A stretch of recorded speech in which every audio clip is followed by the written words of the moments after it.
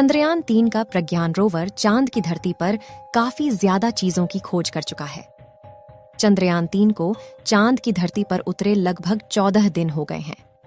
प्रज्ञान rover चांद की धरती पर गजब के कारनामे करके अपने मुश्किल पड़ाव से आगे बढ़कर अपने मिशन को पूरा कर रहा था।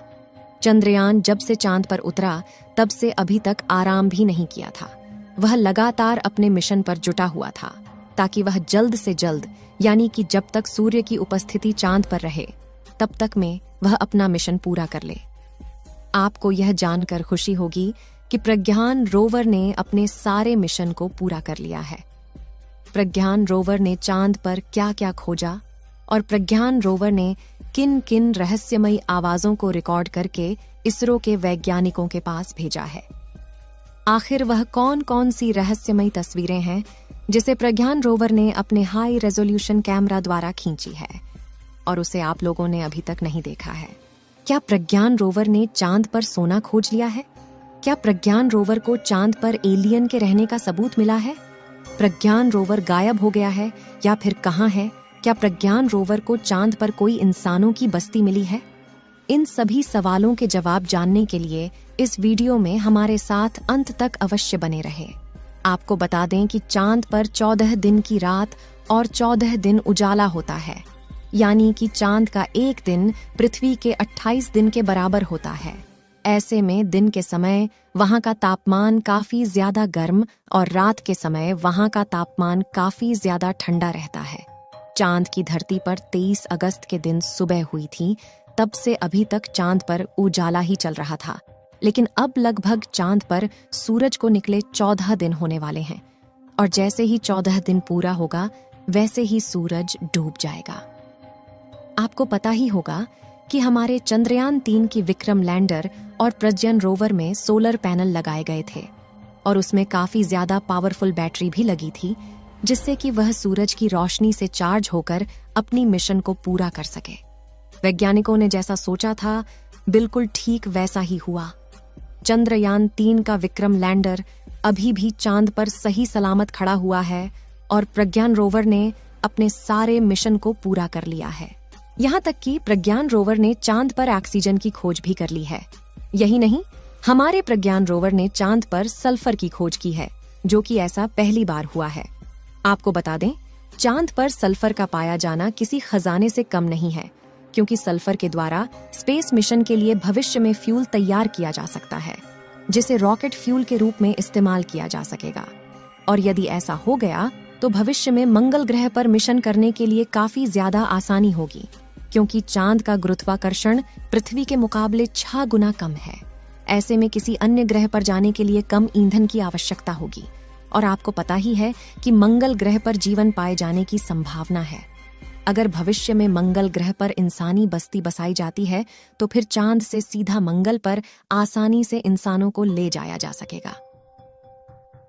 ऑक्सीजन और सल्फर के अलावा प्रज्ञान रोवर ने चांद पर aluminium, calcium, iron, chromium, titanium, manganese और सिलिकॉन की खोज की है। इन सभी एलिमेंट को प्रज्ञान रोवर में लगे LIBS यानी लेजर इंड्यूस्ड ब्रेकडाउन स्पेक्ट्रोस्कोप द्वारा पता लगाया गया है।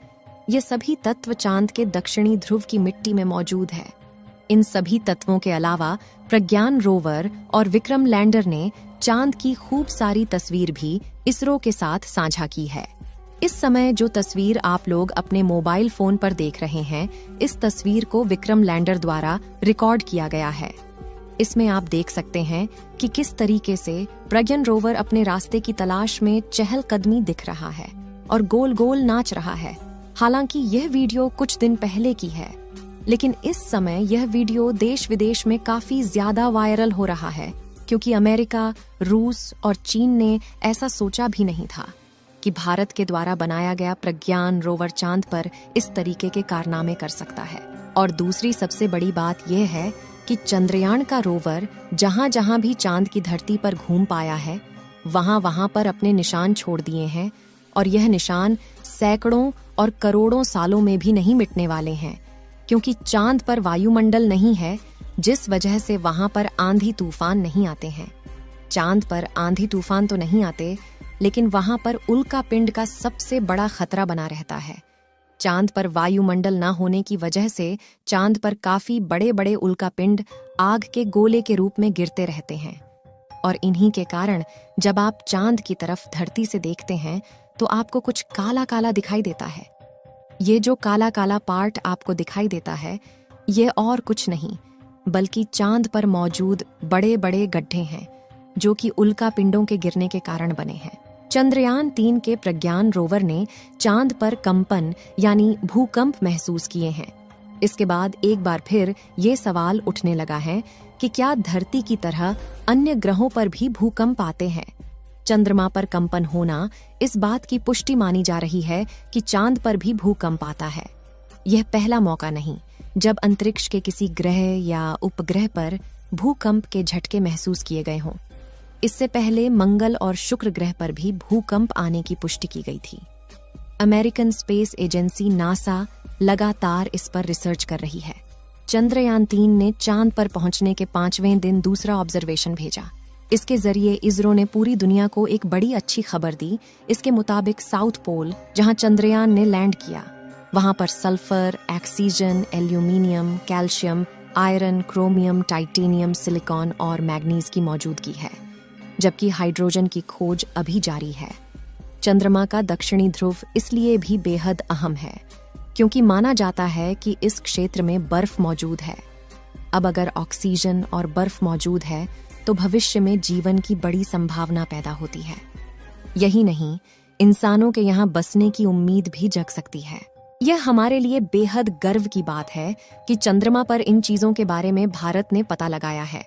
इससे पहले रोवर ने चंद्रमा पर टेम्परेचर से जुड़ा एक ऑब्जर्वेशन भेजा था। सल्फर की मौजूदगी के जरिए चंद्रमा के वास्तविक आकार और इसके विकास के बारे में जानकारी मिल सकती है। जबकि सल्फर आमतौर पर ज्वालामुखी जैसी गतिविधियों से निकलता है, इसलिए इसकी मौजूदगी से चंद्रमा के इतिहास और संरचना से जुड़ी जानकारी पता करने में सहायता मिलेगी। लैंडर ने चांद पर तापमान का पता लगाया है, लेकिन चांद पर दिन का तापमान वैज्ञानिकों की सोच से बिल्कुल भी अलग है, क्योंकि वैज्ञानिकों ने सोचा था कि चांद का तापमान 40 या 50 डिग्री से ज्यादा होगा, जबकि विक्रम लैंडर द्वारा इसरो के पास भेजी गई रिपोर्ट के मुताबिक चांद पर दिन का तापमान 30 डिग्री सेल्सियस के आसपास है। कुछ दिन पहले प्रज्ञान रोवर के सामने 2 मीटर का चौड़ा गड्ढा आ गया। उस समय भी प्रज्ञान रोवर चालाकी को दिखाते हुए गड्ढे के बगल वाले रास्ते को चुना और अपनी मिशन पर शुरू कर दिया। अभी की सबसे बड़ी खबर यह है कि चंद्रयान-3 ने अपने सारे मिशन को पूरा कर लिया है और इस समय विक्रम लैंडर और प्रज्ञान रोवर के सारे इंस्ट्रूमेंट को बंद कर दिया गया है। यानी कि प्रज्ञान रोवर और विक्रम लैंडर जीवन भर के लिए सो गया है और पूर्ण रूप से निष्क्रिय हो गया है। हालांकि अभी भी इसकी बैटरी फुल चार्ज है और सोलर पैनल ठीक पहले के जैसे काम कर रहे हैं। विक्रम लैंडर को धरती पर वापस आना चाहिए या नहीं? अपनी राय कमेंट में जरूर बताएं। इस वीडियो को एक लाइक जरूर करें और अपने मित्रों तक इस वीडियो को शेयर करें ताकि उन्हें भी जानकारी मिल सके, और अपने भरोसेमंद चैनल को सब्सक्राइब जरूर करें और बेल आइकन को ऑल पर सिलेक्ट करना बिल्कुल ना भूलें। मिलते हैं किसी और नॉलेजेबल वीडियो के साथ। वीडियो को अंत तक देखने के लिए धन्यवाद।